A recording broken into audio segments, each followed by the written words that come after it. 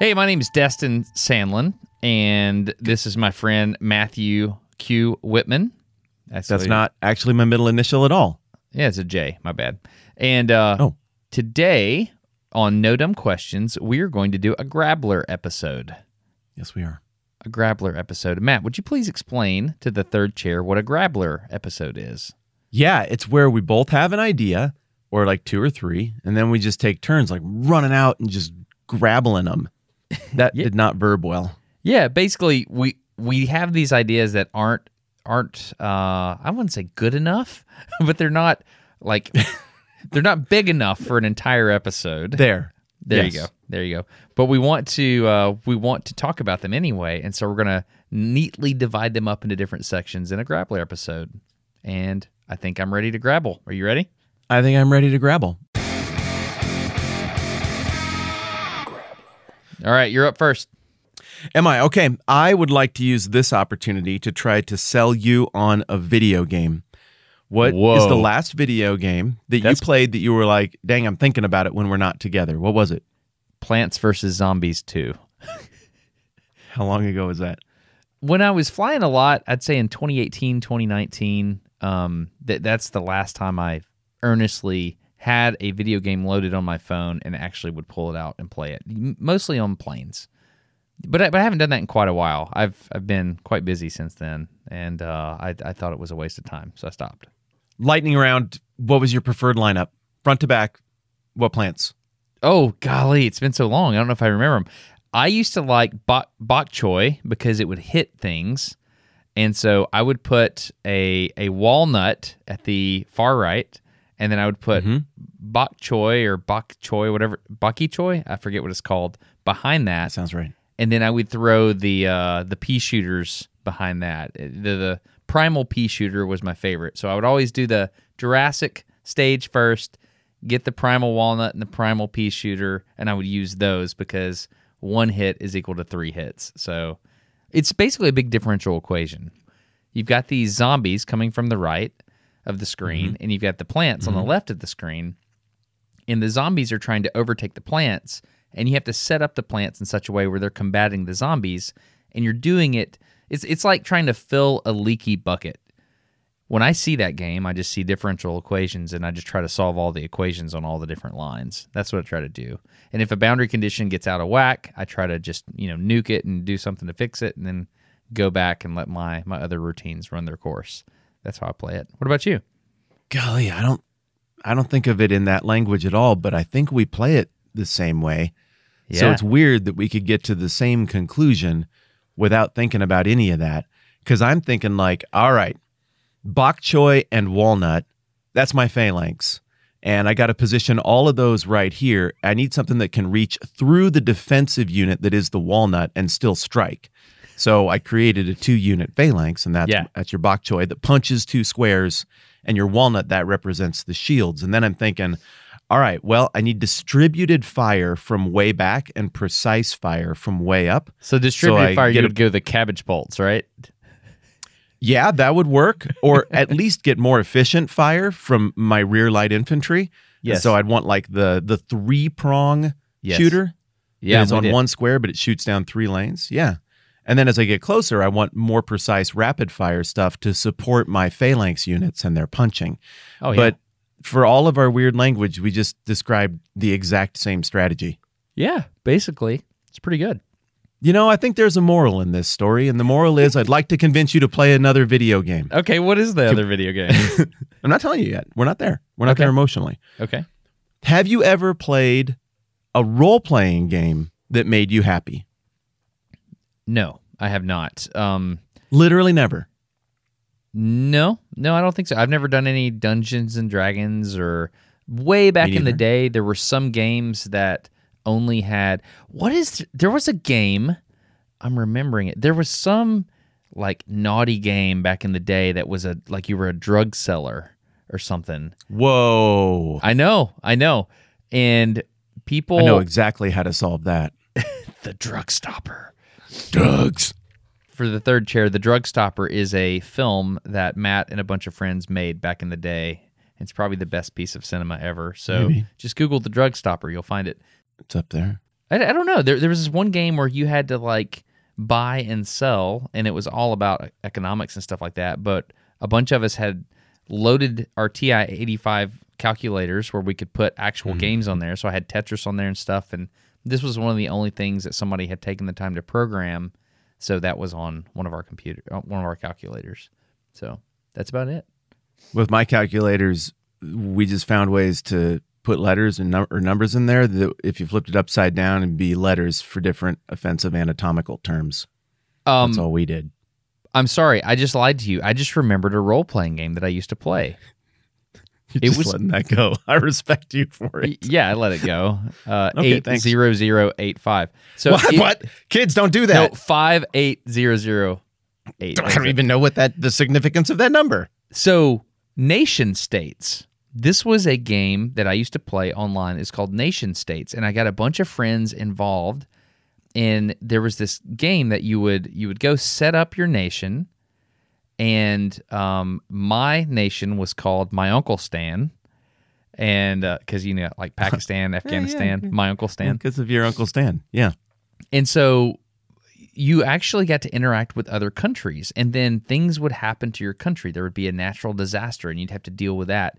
You got to decide what kind of government you wanted. Do you want a authoritarian dictatorship, or did you want a republic or a democracy? You get to pick all the things, and you get to select everything. And so My Uncle Stan was great. It was a great nation. But my exciting thing about the game for me, the thing that got me most pumped about it, was the alliances. And so I would create essentially NATO. And I created this thing called the Centennial Alliance. And the way the Centennial Alliance worked with other nations is you would join the alliance and it would be good for 100 years. Oh, my. Yeah. And so after 100 years, we'd stop and we'd reevaluate. Do you want to end the Centennial Alliance next time or not? Whatever. So it would last a lifetime. It's just a really interesting thing. And so we did this nation states thing, and a bunch of us would play. It was really fun. We enjoyed it. That was a really cool thing back in the day. There used to be a website. It's not a thing anymore. What is the role-playing game that you've been playing? It's called Elden Ring, and it's from a series called the Dark Souls series that I know nothing about. Okay. I know nothing about this game. I do not play role-playing games. The last role-playing game I played was Skyrim, like when it came out. So what's that been, like 15 releases ago on every platform, like 12 years? Yeah. And so I like that style of game. I just don't have time for that style of game because it's really immersive. But everybody's been saying stuff about Elden Ring, and it just looked cool and pretty. And I was like, you know what? I could use to play a little bit of video game. That'd be all right. So I went up to my local video game dealer, and I was like, hey, about this Elden Ring game, how much gore and blood does it have? Is it the kind of thing that I could play with my kid? He's like, well, look, I have it up right here. And he showed me this little menu. He's like, you can just turn off the blood. I'm like, oh, that would make it okay, I think, for the most part. He's like, oh, yeah, you can play with your kid. Oh, okay, we gave it a try. And upon playing it, I would say, maybe not for all kids, but certainly nothing worse than a Disney Plus show or something. Like, I don't know, it worked. But here's what's amazing about the game. When you play a role-play game in some kind of open world, what I've found to be discouraging in the past is that I want to do the thing where I'm like, I can see my house from here. I want to ride or walk up to weird places and overlook this beautiful landscape and be like, and there's that castle that I fought, and there's that monster. He's still standing down there. Look at that. I can see him all the way from here. And I want to be able to orient myself and have this mental map of my surroundings so I can truly feel like I'm in another place. But when you just don't have the processing power or the labor put into it to accomplish that, instead what happens is when you ride it anywhere or walk anywhere, you get a few hundred yards from things and there's just this mysterious mist. And now it's pixelated haze over there and you can never orient at all. So you're always going in and out of this little map that I don't want to go in and out of. And you never have this sense of place. Sense of place for me makes me feel like I own it. Like I've been there, I feel it. This is a part of my story and my soul. And this game gives you the full-on sense of place visually. It takes forever to load, but once it does, you're in this whole world. And anything you can stand on or get to or walk around on, you're there. And it's a medieval style swords and knights and magic kind of world. And every now and then you just come around, a batch of trees and there's a great big dragon there and you can't possibly beat him because he's huge. And then you can just kind of try to ride away real fast on your horse to the next beautiful thing or challenging thing. And so it's built very much like what would happen if you just got dumped off in this world and you didn't know its history and you didn't know its creatures or its politics or anything, its religion. You just blinking step into the light at the beginning of the game like a newborn baby.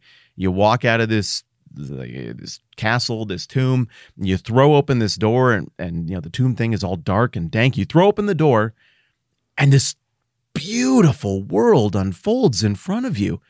And your immediate impulse is, this is gorgeous.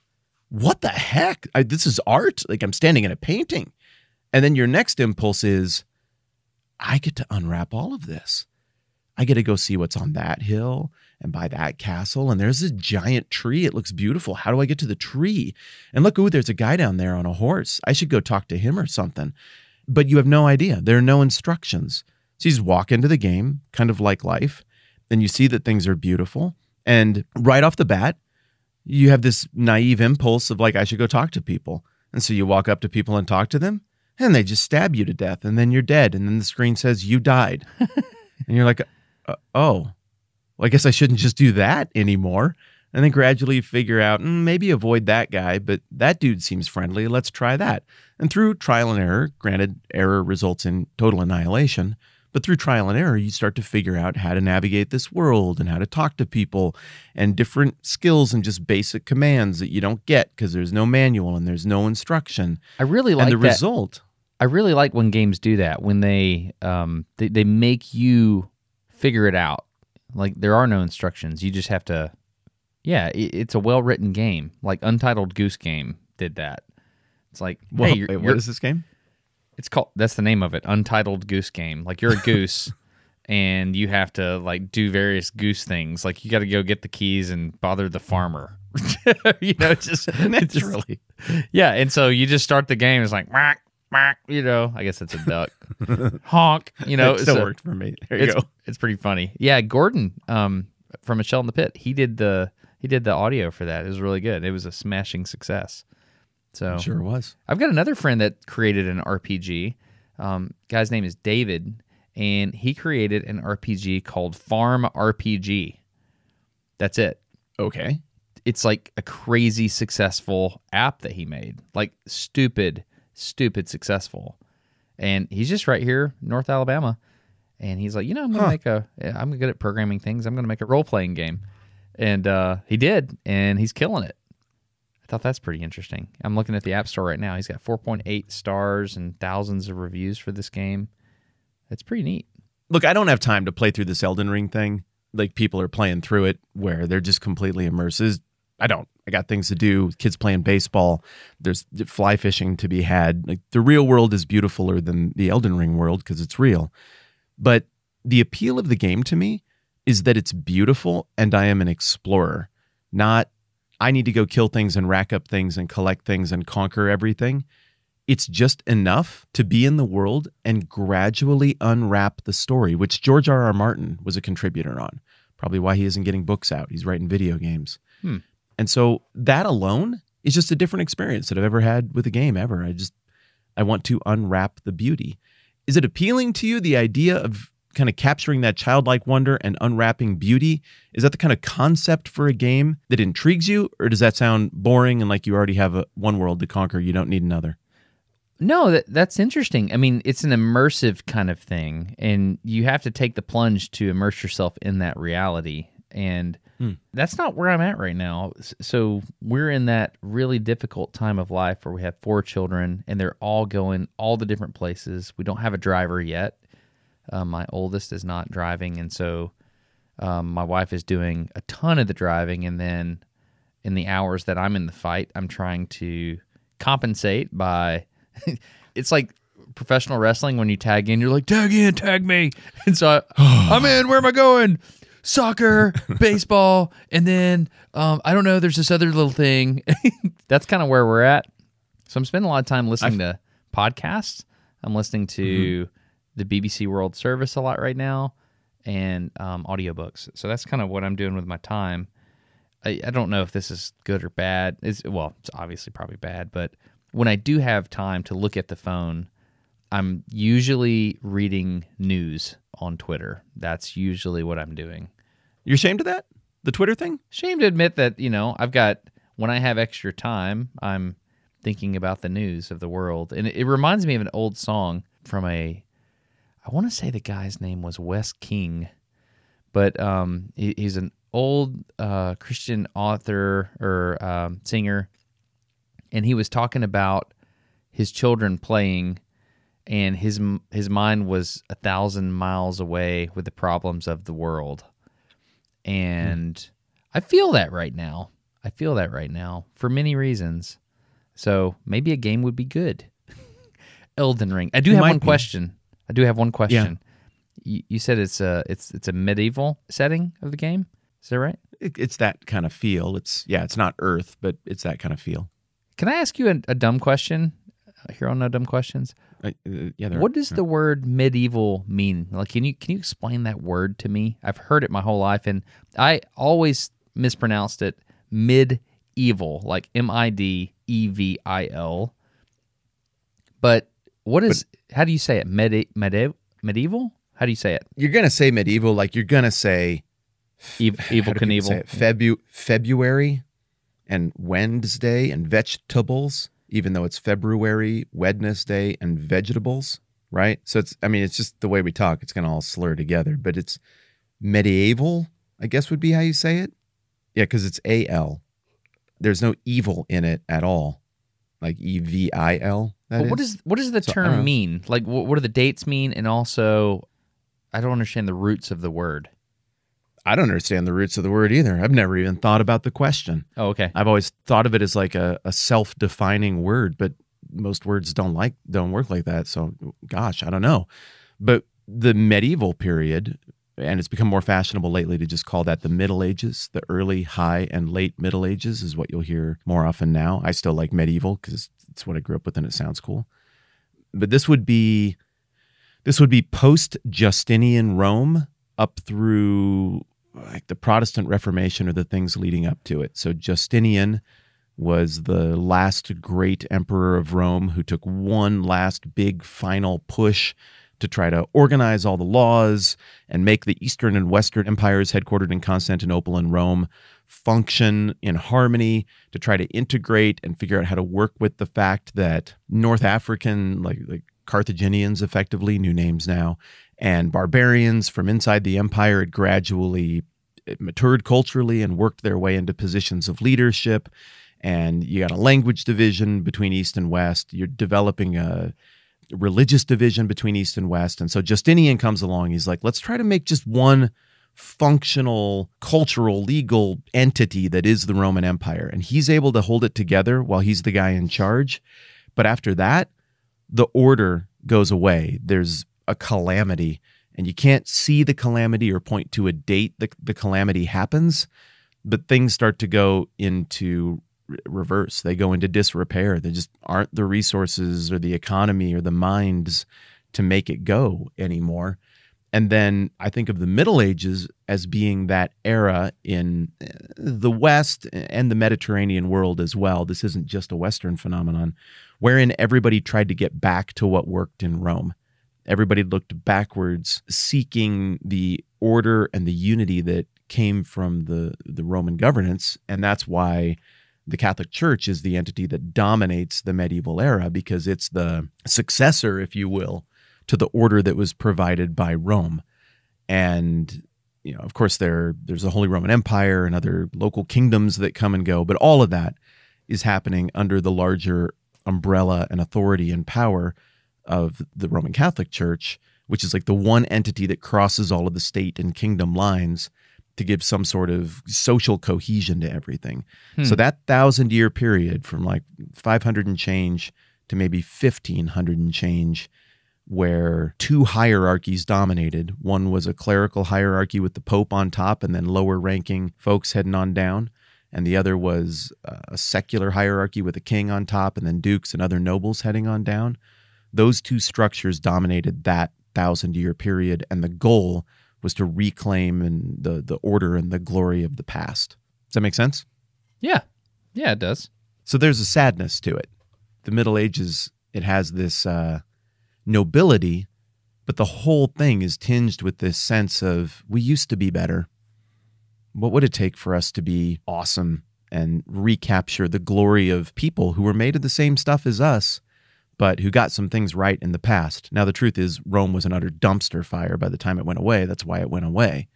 But there were moments that people could romanticize and look back on, and that was kind of the impulse. And quickly to make the connection, the beauty of Elden Ring is you walk out that door and you realize very quickly as you survey the world, there was a horrible calamity here. Something beautiful happened. There was an amazing economy, religion, architecture, social structure, and it all broke. And pretty much nothing is left now except evil and a few people trying to get by on their own. And the story of the game is walk around this world and figure out what the heck happened here. Kind of like Fallout. Huh. Yeah. Interesting. I hadn't made that connection. I haven't played Fallout, but osmotically, I've caught enough of it to know you're right. That's cool. Yeah. Did that answer your question about the Middle Ages, medieval period? Yeah. Yeah, absolutely. Well, I kind of wanted to know what the word meant, but I mean, you answered the question. You didn't know either. And then I gave you 5 minutes of stuff you weren't asking for. That sounds a lot like our friendship. It's all great. Okay, knowing full well that you cannot play Elden Ring on a phone, like it's a console or PC game, it takes a little bit of commitment. Does that sound like the kind of game that under different circumstances, somewhere down the road, you might like to try out? Yeah, absolutely. Hey. I'm actually, this is going to come as a surprise to you. I may have told you. I'm actually working on a video game right now. I told you this? No, you didn't tell me that. No. I told you this. I'm working on a game with Gordon, and I've been working on it for 3 years now. And it's not an RPG, but it kind of is. And it's okay. More suited to how I do games. You can kind of set things and forget them and come back. Not like a Tamagotchi, but I don't know. I'll just tell you, it's a game about making your own aquarium. What? Yeah. I haven't told you this? No, I love it automatically. Yeah. And so you can create different types of fish, and you can breed the fish, and you feed them, and you have to clean the aquarium, or you can choose to put it on easy mode where you don't have to clean the aquarium. But like you get a little squeegee thing, and you can like get the algae off the sides, and you get the balance right, and all the fish have different personalities, and you can put whatever rocks you want in the aquarium, and the plants actually grow, and it's awesome, dude. It's really, really cool. We've been working on it for quite a while now. No, I had no idea that that's a thing. Yeah. I think that is absolutely fantastic. Yeah, and kind of... Did you know that I've been working with Adam to design a new kind of tractor that will tear into certain types of soil that haven't been farmable in the past? Are you serious? No, but that's what the thing you just told me felt like to me. Like, no, I don't know how to make a tractor. I don't know anything about, like, I don't even know that there's that kind of soil. I just wanted to have something too. No, Seriously, dude, you've been making a fish game. You didn't even tell me about the fish game. That's nuts. That's actually the name of... How could I not know? That's the name of it. We're calling it Fish Game. That's exactly the right name. Well done. Yeah. That's that awesome. That was one of my Wow. stipulations, is we had to call it Fish Game if I was going to be involved. Oh, genius. Yeah, we've been working on it for quite a while. And so we're going to have some beta testing coming up soon. And beta testing. I see what you did yeah, you there. like that? That's good. So we should good. We should let the Wing Hussars beta test this thing and give feedback. Oh. Yeah. Yeah. If you are interested in supporting No Dumb Questions on Patreon, please do so. And I'll talk to Gordon, and we'll try to figure out what makes sense in terms of having people beta test this thing. And it's not completely done yet. We're still working on it, but it's going to be awesome. But we need what's the word? Constructive feedback.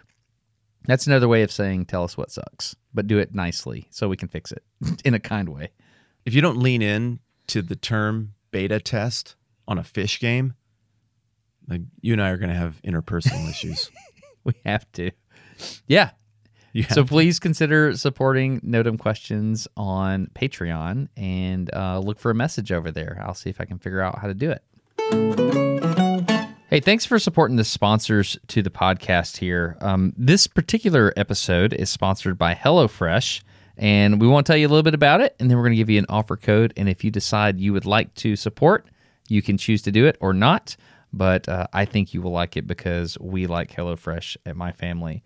The offer code, I'm going to go ahead and tell you before we tell you about HelloFresh. Go to HelloFresh.com/NDQ16 and use the code NDQ16 for up to 16 free meals and 3 free gifts at checkout. Matt, you want to explain a little bit about what HelloFresh is? Yep, it's a meal kit delivery service where they do the shopping for you and they do the meal design for you, and people who are much, much smarter than me figure out what flavors go together and how it would all work, and then it just shows up at your house, and somehow that works. It's all packed the right way so that everything shows up ready to cook, and then you get these little meal cards. They're not little, they're like 8.5 by 11, like the kind of thing that you'd want to save, like family heirloom meal cards. And it's step by step, it's idiot proof and beautiful. And then I can cook food with complicated names and complex tastes that taste good, and like I participated in it, which I think is kind of the genius of the whole thing. They've got a bunch of different reasons why you would want to use HelloFresh. I've got a list of them here. I'll just go through a couple of them.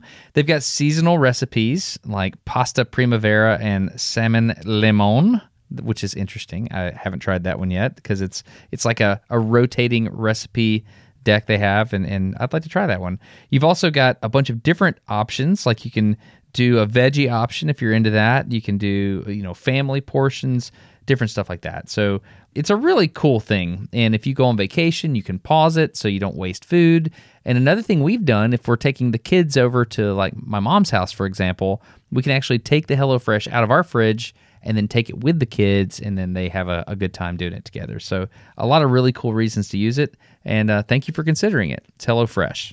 I think what you just said is important and clever. It's a box that you can take with you if somebody else needs food. And so you're saying you take it, like if you're dropping the kids off or whatever. But I've found that it's useful if I've got 2 or 3 in the fridge and we're planning on cooking them this week, but somebody runs into like a problem or they just need to be supported. It's really easy to bring that over because they can cook it when they want it, and all the instructions are there, and it seems to work really well. So the gift value on it is something that I had not considered, and we've just apparently run into that idea at the same time. So yeah, HelloFresh.com/NDQ16, and then you enter the promo code NDQ16, and you get up to 16 free meals and 3 free gifts, and it's good. And you can order things that are like spicy maple chicken or white cheddar Wonder Burgers or sweet chili pork bowls, which are the ones that came right up when I went to that URL, and all of them look spectacular, and you should give them a try. I've got a question for you. Rock and fire. So I now have a library of sorts for analog cameras.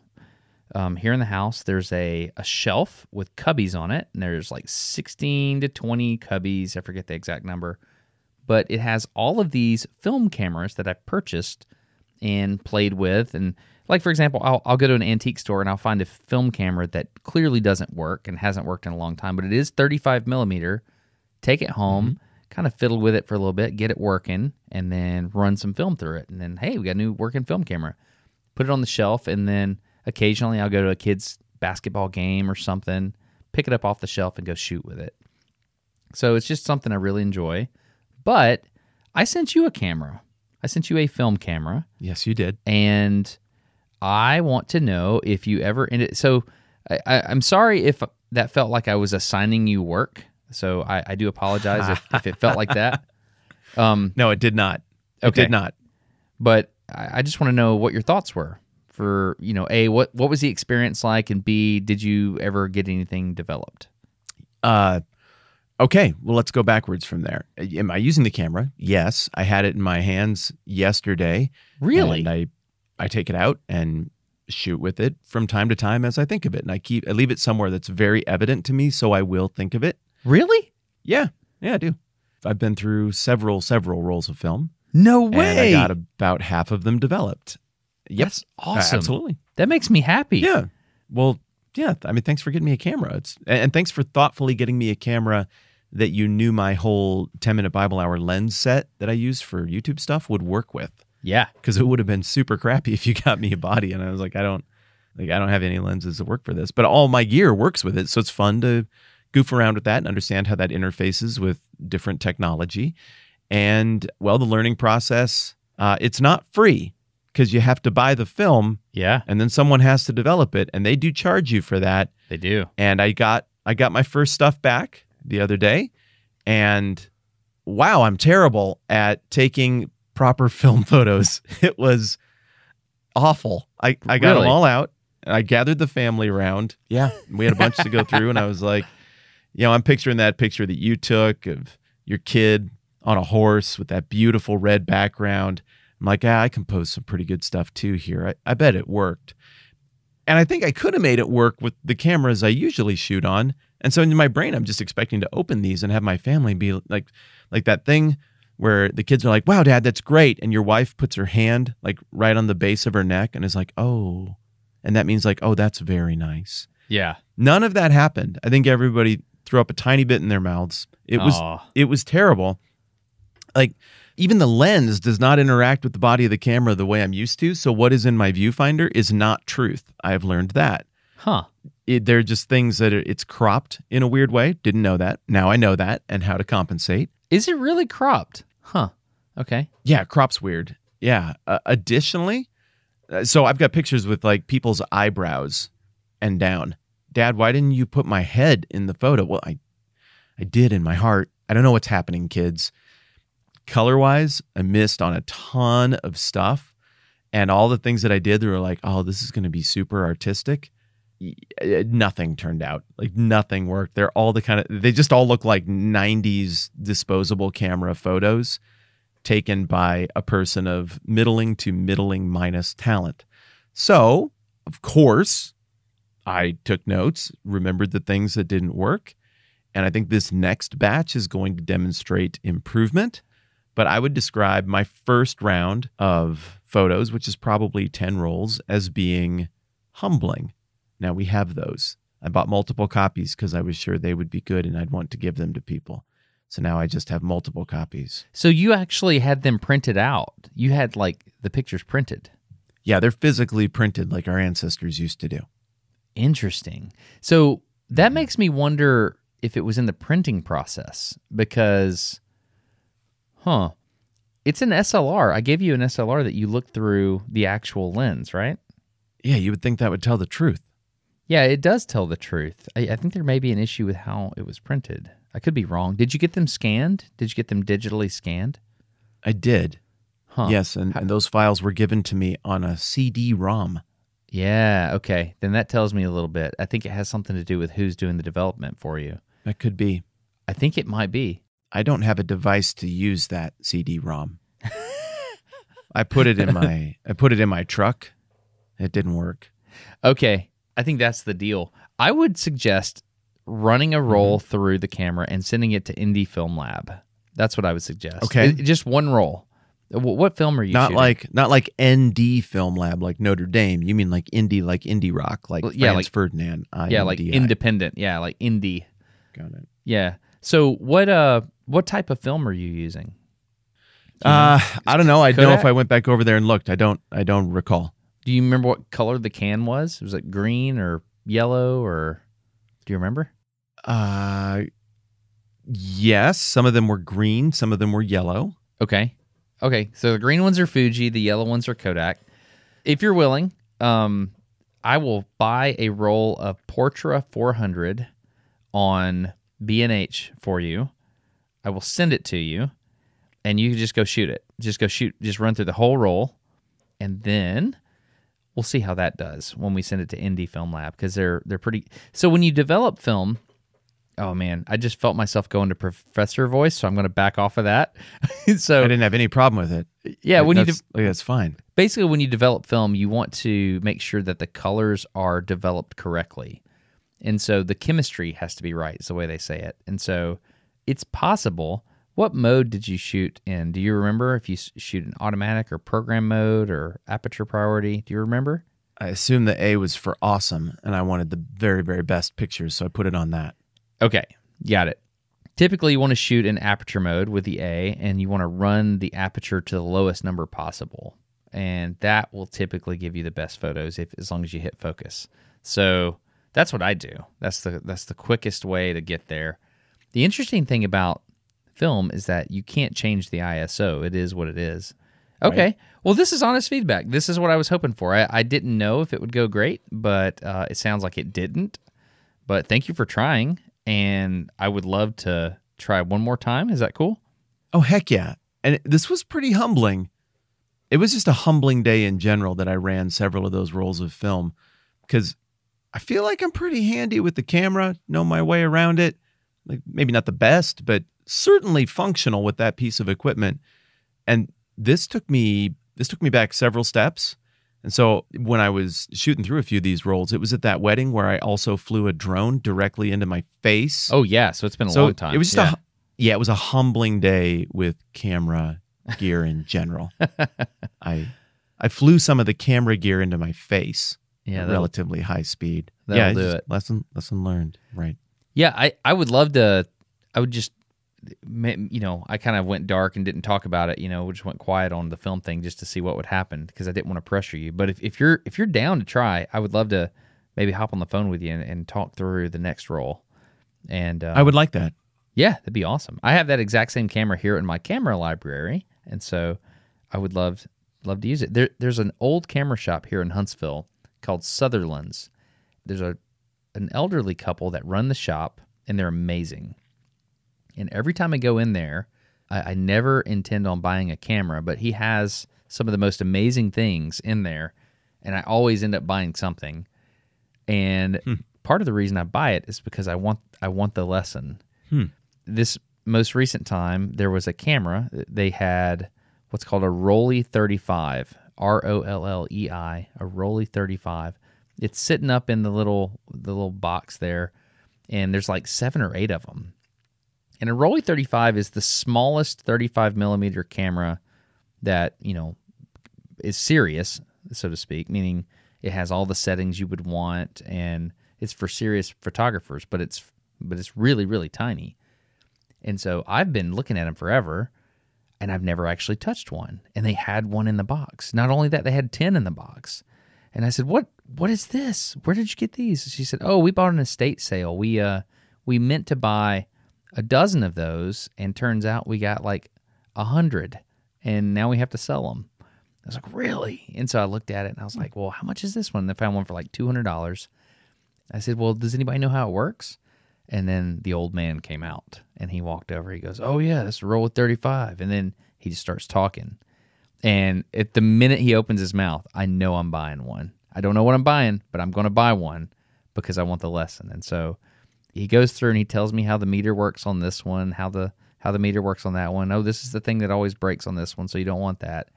He doesn't even care if I buy the camera. He's just like, he just knows everything about the cameras.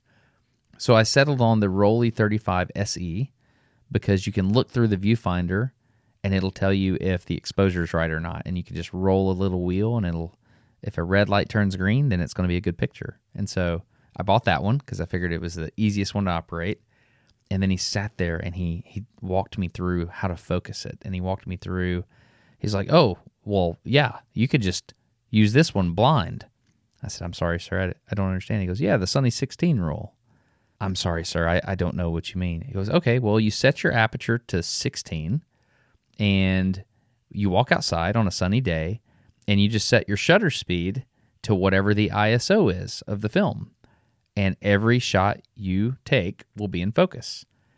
I was like, "Really?" What? Yeah, and then he pulls out a piece of paper, and he pulls out a fountain pen, and he starts writing on the piece of paper, and he's like, "Sunny 16 rule." And he writes the whole thing out longhand, and then he does it. And then he's like, "All right, so you're getting this one?" I said, "Yes, sir." He goes, "What roll of film you want to run through it?" And I said, "Portra, whatever." Or actually, I think it was Kodak Gold. And he said, "Okay, I'll show you how to load it." And then he sits there, and he takes the camera apart. He shows me how to load it. And he goes, "There you go," and that's it. And he loves photography so much, he never can help himself. He always takes the first photo. He doesn't know he does this part. He goes, "Yeah, that's it. That's how it works. Let me Yeah, you know what? Actually, you'll be the first photo on the roll. And then he'll point it at me and he'll take the photo. And he goes, yep, there you go. And I was like, thank you so much. And so it's not about the camera for me. It's really not. I mean, I love the camera, but there's something about that exchange that I don't know. I feel like men like that and women like his wife, they're here for a short amount of time and they know things that other people don't know. And the fact that he pulled out a fountain pen and taught me about the Sunny 16 rule just made me so happy. And yeah, I actually videoed part of that. I'll send it to you. I would like that. Thanks for letting me gush. Huh. Sorry about that. No, I'm glad you did. I have 3 observations, but you just made one of the 3. So my remaining 2. First of all, when you said Sunny 16, I assumed that you were talking about setting, some proprietary thing that was SUNI, like a Japanese name for the setting or something. Mm-hmm. And the 16 is there because somebody thought of it in 1916. Like, I don't know why they picked the numbers. It's the 16th try. But it just literally means when it's sunny out, put it on this and it'll work. Right. Which is beautiful in its simplicity. Yeah.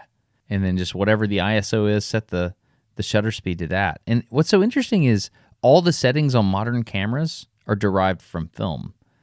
And so the Sunny 16 rule works on the digital camera too. Huh. Yeah. It's interesting. If you're shooting in manual mode, yeah. It's pretty fascinating. My second bit of feedback is he knows dang well what he's doing taking that first picture. You think so? Yeah, he does not know that he's doing that. He knows that he's doing that. This is what he's figured out. It's like this nice little touch. The deal is you're going to get one good photo. And so people buy this thing and they take it out and they do what I did. And they're like, this camera's not very good. Like, it couldn't be my ineptitude. Look at these terrible photos. It's whoever developed it, or like, I don't know. I don't like this one. And then you don't go back. He needs to take one so that it's like, oh, it could do that. Oh, okay. The rest, like, it was me. And further, people like actual physical pictures of themselves, and they don't get very many if they're into photography, because you're always the one holding the camera, taking pictures of somebody else. And here's one nice photo of you that shows you what the camera can do and what you can do when you're on camera. It reminds you, hey, pal, like, make sure you're on the other side of this from time to time too. I think it's psychological genius. He tries to pass it off like he doesn't know what he's doing, but what he's doing is very, very clever.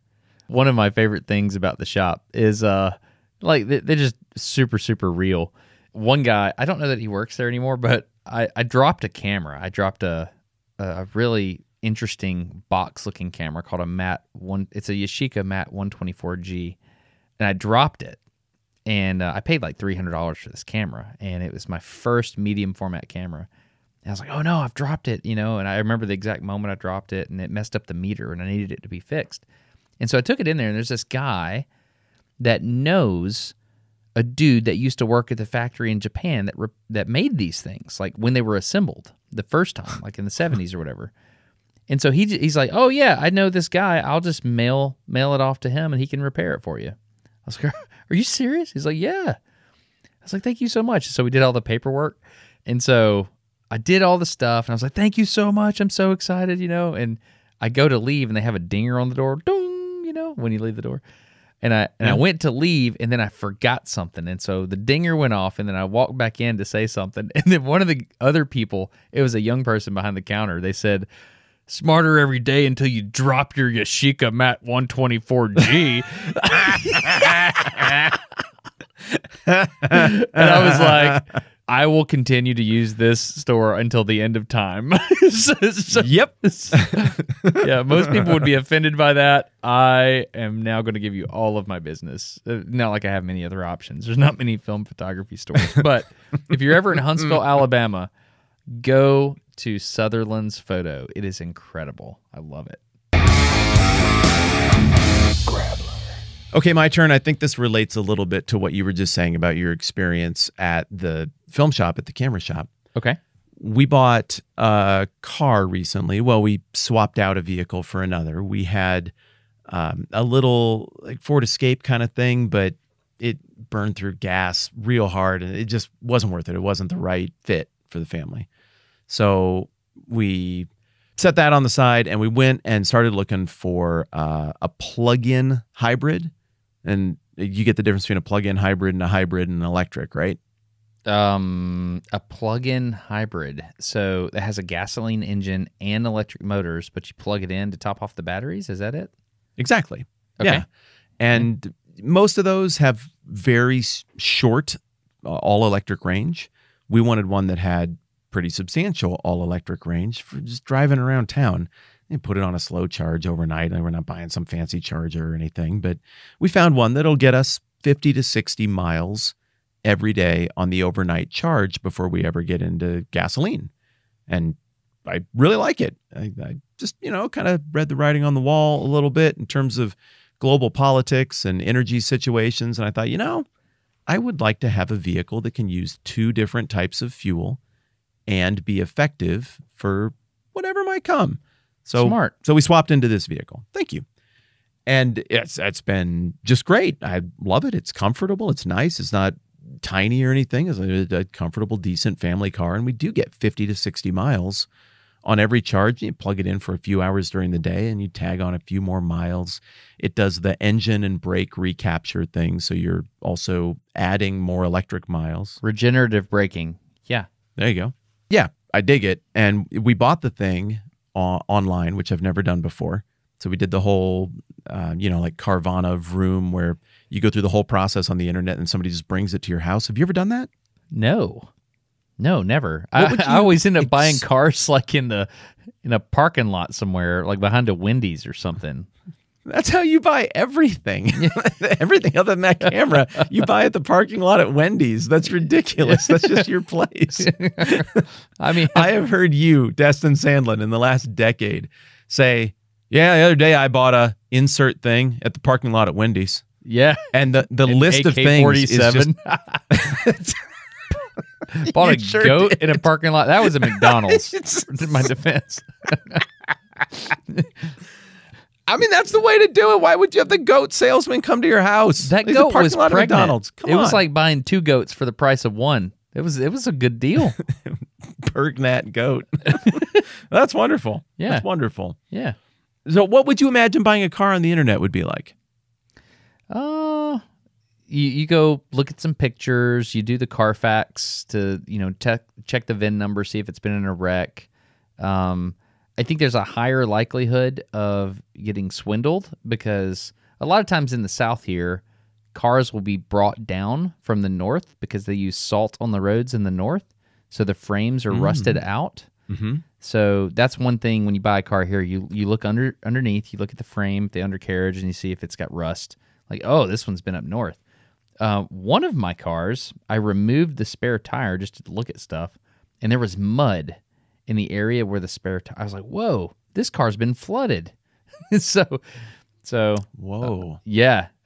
So I figured that out after I purchased it. Sorry. So it had maybe been a Hurricane Katrina car potentially. Oh yeah. Yeah, and then somebody refurbed it or whatever. So yeah, I think you'd probably end up getting taken advantage of a lot easier than if you did it in a parking lot at Wendy's. Yeah, that makes sense. Truth to be told, this went pretty well. Awesome. We did try to buy a vehicle when we were younger on like eBay in the 2000s, and that went horribly. We went all the way there to get it. It was misrepresented. We walked away. They followed us off the lot, hurling invectives at us, swearing loudly, like 4 employees. It was ridiculous. But they were trying to scam us, and we just left. We just ate the cost of the plane ticket to go pick up the vehicle, and we left. And I do not regret it to this day. We had a very ugly experience, very ugly, like scarring experience. This time around, though it went pretty smoothly, we looked at all the different companies that do this. And what I found is that all of these different websites, they do a really good job of putting their car in a studio. And then they do like the Matrix bullet time photograph. Yeah. They go all around, all these different angles. So you can fully interact with the vehicle. It's high res. You can come in real tight. And it feels like they're doing a game where they're trying to figure out if they can point out any possible thing you wouldn't like better than you could. Like zoom in as close as you want.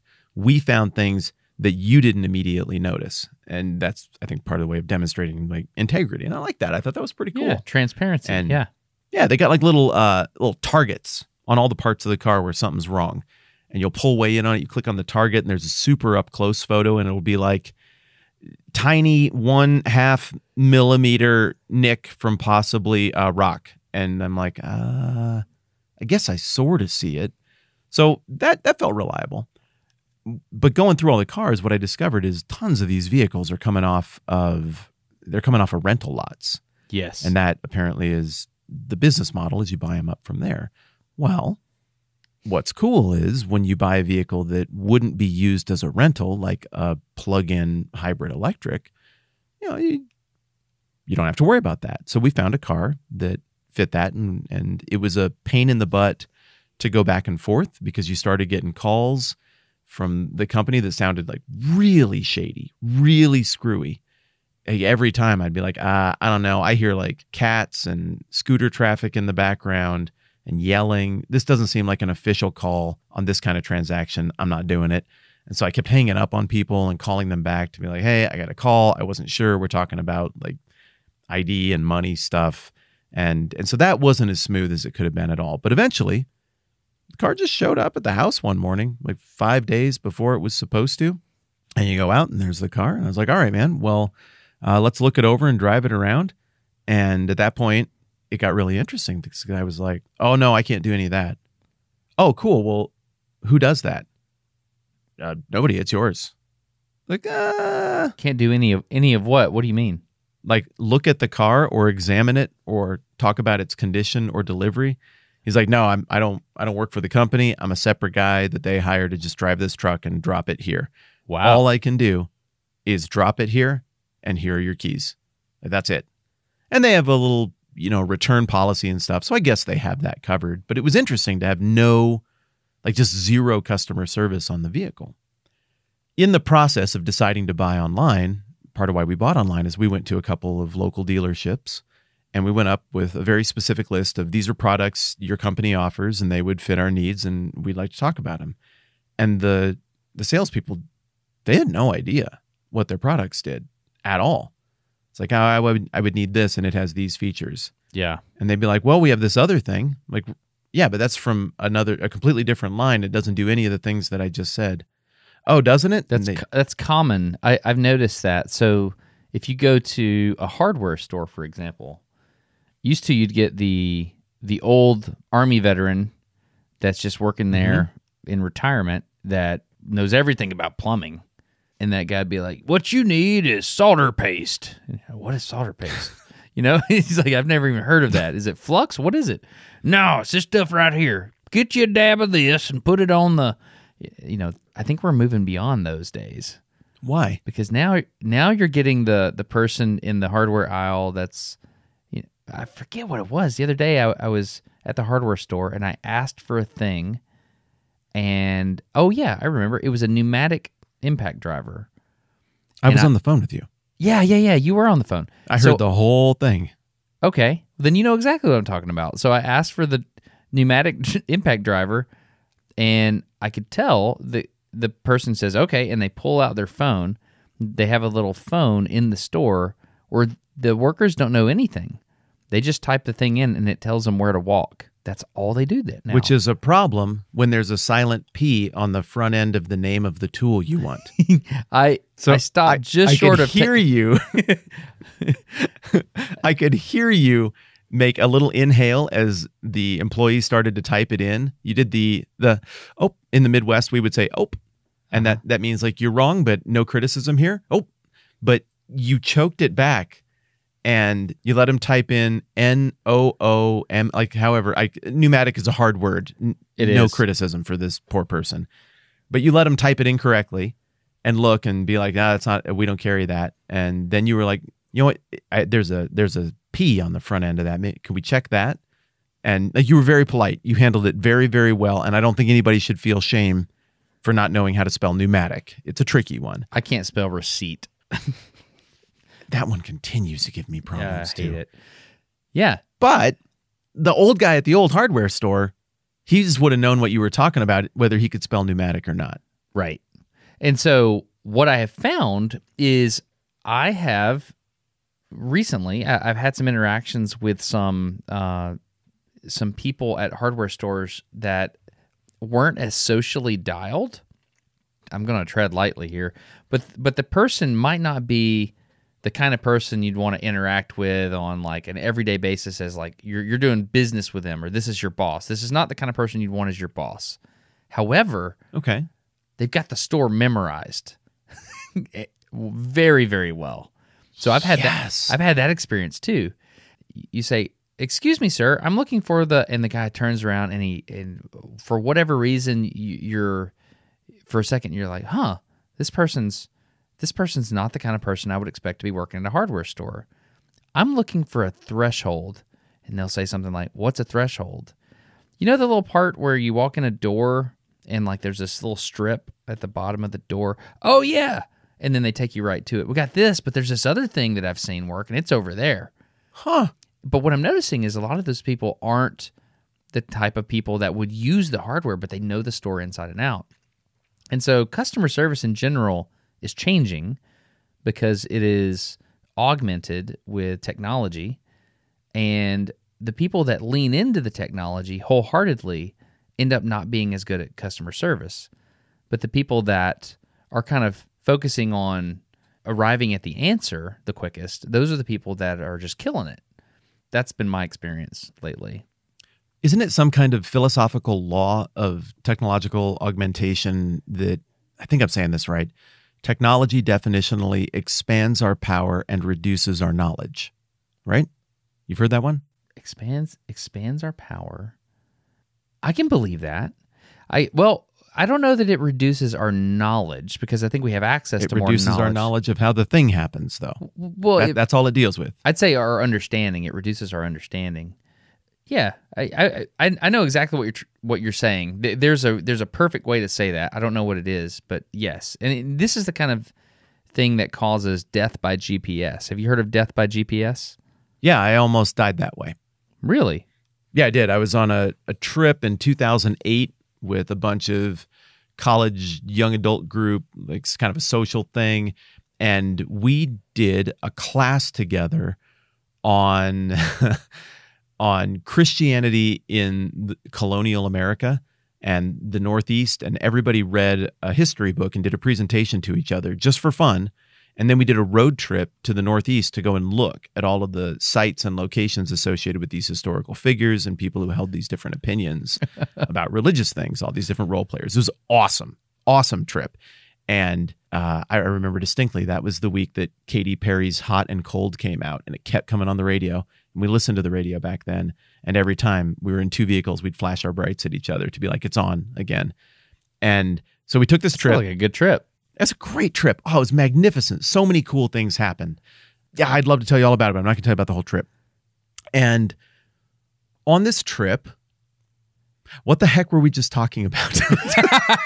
Death by GPS. Death by GPS, that's right. Yeah. On this trip, we went to Harvard and MIT when we were looking at sites in Boston that had to do with this. And I had never traveled by GPS because I love maps and I think it's fun, but we were doing a GPS trip. People bought one for this. A couple moms were like, hey, take this with you. It'll keep you safe. I'm like, okay, we'll try it out. And so the thing's navigating us around the Boston area, and it's given us some weird directions. Boston, as you know, like it's pretty old, and the streets are pretty old, and they're not really laid out in like modern terms. And the GPS at some weird like 8-prong intersection is just shrieking at me, turn left, take your short left. And I was like, it does not look right, but there's traffic, people are honking, and I'm like, okay. And so I turn left into what turns out to be kind of this little tunnel. And I'm like, this is not right, guys. We got to turn around. No. It's right. It has us right on the line. My co-pilot, whose mom bought us the thing, is saying, we're right on it. It's right. I'm like, no, we got to find a place to turn around. There's nowhere to turn around. And all of a sudden, like there's just a bus. Like we go around this bend and there's a bus bearing down at us full speed. And there we are. And we both screeched to a halt, headlights pointing at each other in this bus tunnel that I'm going the wrong way in. Oh, in Boston. in Boston. So there were gestures from the driver. Understandably, he was not impressed with my decisions. Thumbs and I up. made gestures, which are like every global gesture for I've made a mistake. So like the little 2-hand prayer thing, like I imagine they do in the Middle East where I bow. Yeah. And like the friendly Southern wave. And like I tried them all. It did not work. He just kept making angry gestures. In fact, it was Bill Burr. I put it in reverse. In fact, it was. So I just put it in reverse, and he stayed like 5 feet from my fender as he drove forward and I drove backwards, with one hand making gestures with the other hand to be like, I'm so sorry, forgive me. What a punk, man. Dude, it sucked. And then I had to do the walk of shame.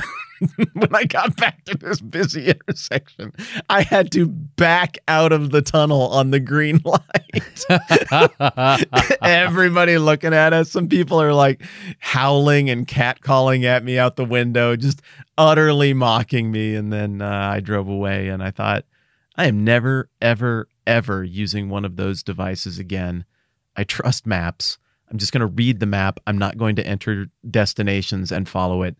I will have a map on a phone, but I will do the reading of the map because I can't do that again. So yes, I know what you mean by death by GPS. Yeah, there's a book I read called Pinpoint. It was recommended to me by someone in the Space Force. It's the history of GPS.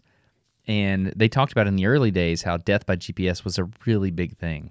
So we trust technology. We get dumber. And that scares me for the future. Bad. Really bad. So that's something I've been thinking about a lot lately. This episode of No Dumb Questions is brought to you by Audible. We love Audible. We use it all the time. This is just one of those rhythm of life kind of deals for us because you got these spare little nuggets of time here and there.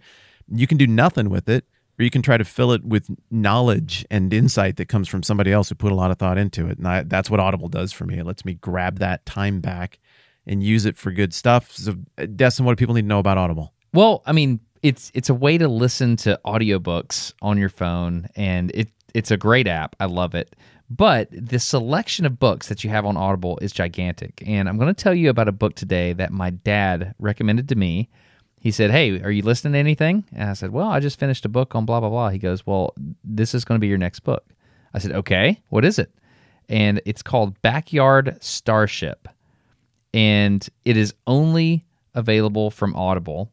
And can I just give you the starting of the book? Oh, heck yeah. Okay, a guy goes to his granddad's house. His granddad recently died. His granddad was in some kind of military thing. And this is like in the 2030s. And he falls asleep on the couch. The guy's name is Van. And he wakes up to a beeping sound, and he goes to a desk in the room there, and he picks up a remote control in a desk drawer. And he's like, what is this? And there's one button, and it's just a remote control with one button, and it's beeping. And he's like, well, I'm inheriting this house. This was Granddad's house, and so I got to push the button. And so he pushes the button, and then he hears a pecking on the door, on the window. And he goes and he investigates what it is. It's raining outside, and there's this giant, or maybe it's not giant, but it's a big robot bird that's pecking on the window, and it's his AI combat robot, or as they call it, the combat AI, and it's his Falcon, Perry, his combat AI. And turns out this AI robot is the thing that shows Van about the starship in his barn, his grandfather's barn, and he becomes what's called a peacemaker, not a peacekeeper, a peacemaker. And he learns about all the things that his grandfather did in the stars by getting in the spaceship, and which has its own artificial intelligence. And they go to the stars, and he starts basically becoming some type of law enforcement in the stars. It's fantastic, dude. It's really, really good. Dad commanded me to listen to it, and I love it. It's called Backyard Starship, only available from Audible. It's fantastic. So what's the offer code with Audible? It goes like this. To get a 30-day trial, a free book, and access to the library where you can get Backyard Starship, you can go to audible.com/NDQ and sign up, or you can just text NDQ to 500 500. Again, that's NDQ, like no dumb questions, to 500 500, and you'll get set up on your mobile device. So that's what I just finished. Absolutely love it. And I'm about to shift gears, and I'm about to listen to a book from Chris Hadfield, Commander Chris Hadfield. He's written a book called The Apollo Murders, and it's a fiction based in like the mid-'60s, I think. And I'm about to listen to it, and I'm super excited about that. So The Apollo Murders by Chris Hadfield, and I don't know, I'm pumped. I am thumbing through the new offerings in the Plus catalog right now, and this app, it knows me. The first thing that is available as just part of my Audible subscription is The Socratic Method, a Practitioner's Handbook. Awesome. It knows me. I have no problem with Audible having a sense of what I like and what I appreciate. It looks like some fiction regarding the series Firefly. That's interesting. I'm seeing science fiction. I'm seeing some romance stuff. I don't know why that's in there. Why would he even? But yeah, just in general, I mean, the Plus catalog is legit, is the point. There's a ton of stuff here from back in the day, classic literature. There's brand new stuff, science fiction. Like, I think you could get lost in the Plus catalog without even ever using any credits. So go check it out. Audible.com/NDQ. You get that first month for free, and then that gets you access to the Plus catalog. Thanks for supporting the sponsor. You understand how this works. I mean, we're trying to make content here, and your help helps us. So thank you. Well, how do you overcome that, though? Like, let's say you're one of those hardware stores or a company like that. You can't pay people enough to go and get experts on the topic or the product anymore. What do you do other than just try to inform your customers so that they can get what they need without any help? How do you overcome it? I don't know, man. I see it at auto mechanic shops as well, especially if you go to a dealership. They know how to do line replaceable unit stuff. Like, we know how to take that box off and put a new one on, but it'll be 3 weeks before the new one gets here. I'll say things like, that's not the problem. Like, this one's working, that one's not. So that means the controller's working. It's that this one is not working. It's probably a fuse. Do you have a fuse layout? And so I end up doing the troubleshooting thing right there in the shop. And I'm like, I just kind of wanted to drop this off, but I should just take this home. And so I end up taking it home and just working on it myself. I just don't want my children to do that. So I think what I'm going to try to do is not allow my kids to use GPS to begin with. In fact, we went to somewhere way over in Atlanta the other day for my daughter. She's starting to drive at 15. And we said, okay, let's go to Atlanta. She goes, okay, cool. Can I use your phone? I said, nope. She goes, what do you mean? I was like, where are we at? Alabama. Where are we going? Atlanta. What direction is that? East. Figure it out. She said, what? Yes. Like, yeah, we'll get there. You know, it might not be early, but we'll get there. Just figure it out. And so she did a great job. And every once in a while, I offered correction. But for the most part, I allow her to make mistakes, and it's not a big deal when you make a mistake. I have found that the amount of assistance I provide while parenting is directly proportional to the attitude of the child. So if they have a generally a positive attitude and everything's going well, they're like, hey, Dad, what do I do here?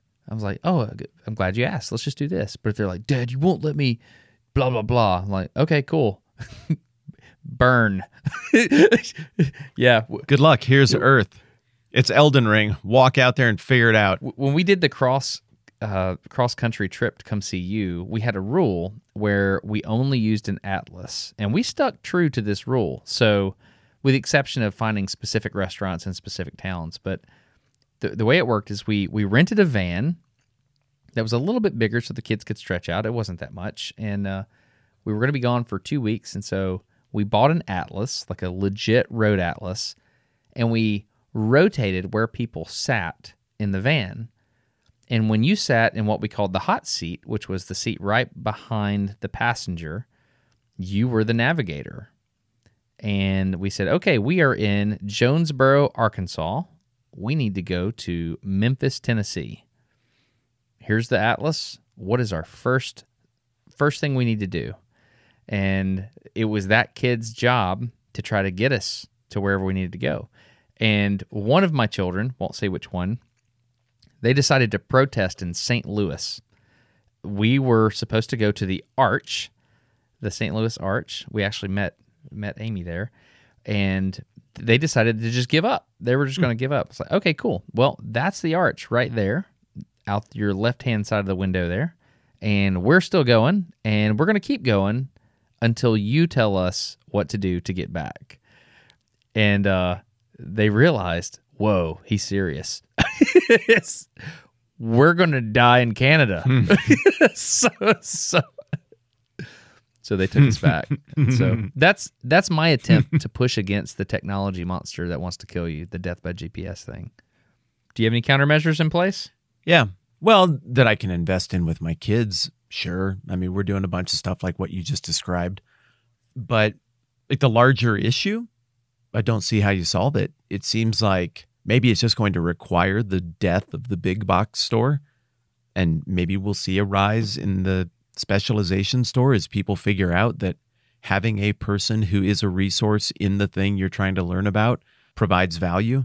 And maybe as the customer base knows less about the things that they need to buy and that they're working with, and figures out that no one at the store can help them in any way, maybe it will place a new premium on the handful of experts who are out there and prop up those businesses that we imagined were just going to completely go away and be replaced with robots and shelf stockers.